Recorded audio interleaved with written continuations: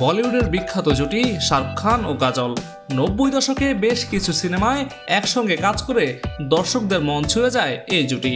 সেই সময়টাতে তাদের সিনেমা মানেই হিট, তবে হঠাৎ একসঙ্গে কাজ না করার সিদ্ধান্ত নিয়েছিলেন তারা, আর এতেই মন ভেঙে যায় অনেক ভক্তের। এমনকি দুজনে ফিরিয়ে দিয়েছিলেন বহু সিনেমার প্রস্তাবও। সে সময় বলিউডে শোনা যায় শাহরুখ কাজল জুটি নাকি ভেঙে দিয়েছিলেন অভিনেত্রীর স্বামী অজয় দেবগন।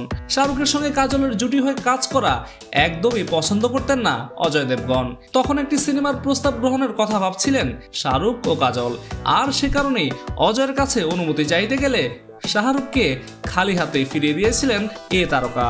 আর এই প্রসঙ্গে অজয় জানিয়েছিলেন দর্শকরা শাহরুখ কাজলকে একসঙ্গে দেখতে খুবই পছন্দ করতেন, কিন্তু কোথাও গিয়ে সেটা একদমই মেনে নিতে পারছিলেন না অজয় দেবগন।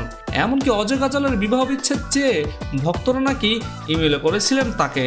ফলে বিতর্ক থেকে সেই মুহূর্তে নিজেকে সরিয়ে রাখতে চেয়েছিলেন অজয়। মূলত এ কারণেই শাহরুখ কাজল জুটি ভেঙে যায়। দর্শকদের কাছে এই জুটিকে নিয়ে আলাদা আবেগ তৈরি হয়েছিল, যা কিনা অজয় কাজলের সম্পর্কের মধ্যে জটিলতা সৃষ্টি করতে পারে, যার ফলে অজয় এই সিদ্ধান্ত নিয়েছিলেন যে শাহরুখ ও কাজল একসঙ্গে কাজ করবেন না। তবে সেই সিদ্ধান্ত খুব বেশি দিন ধরে রাখতে পারেনি অজয়। ফলে অপেক্ষা দীর্ঘ হলেও তারা একসঙ্গে আবারও পর্দায় ফেরেন। 2015 সালে মুক্তি পায় তাদের অভিনীত সিনেমা দিলওয়ালে। এরপর সেই সিনেমা ব্যাপক সাড়া জাগিয়েছিল পুরো বলিপাড়ায়। এক কথায় সে সিনেমা ঘিরেও ব্যাপক ঝড় তুলেছিলেন দর্শকদের মনে। তবে সময়ের সঙ্গে সঙ্গে পরিস্থিতি পাল্টাতে থাকে, ফলে শাহরুখ অজয়ের মধ্যে যে অস্বস্তি তৈরি হয়েছিল ধীরে ধীরে সেটা একদমই মিটে গিয়েছে।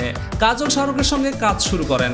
বিষয়টি নিয়ে শাহরুখ বলেছিলেন, সাধারণ মানুষ অনেক সময় অনেক কিছু বলেন, কিন্তু সেটি কখনোই পেশাগত জীবনে প্রভাব ফেলতে দেওয়া যাবে না।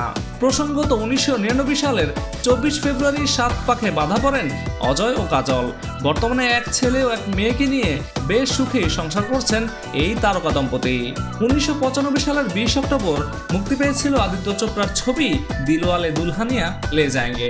এই ছবিতেই শাহরুখ খান এবং কাজল রসায়নমুগ্ধ করেছে অনুরাগীদের।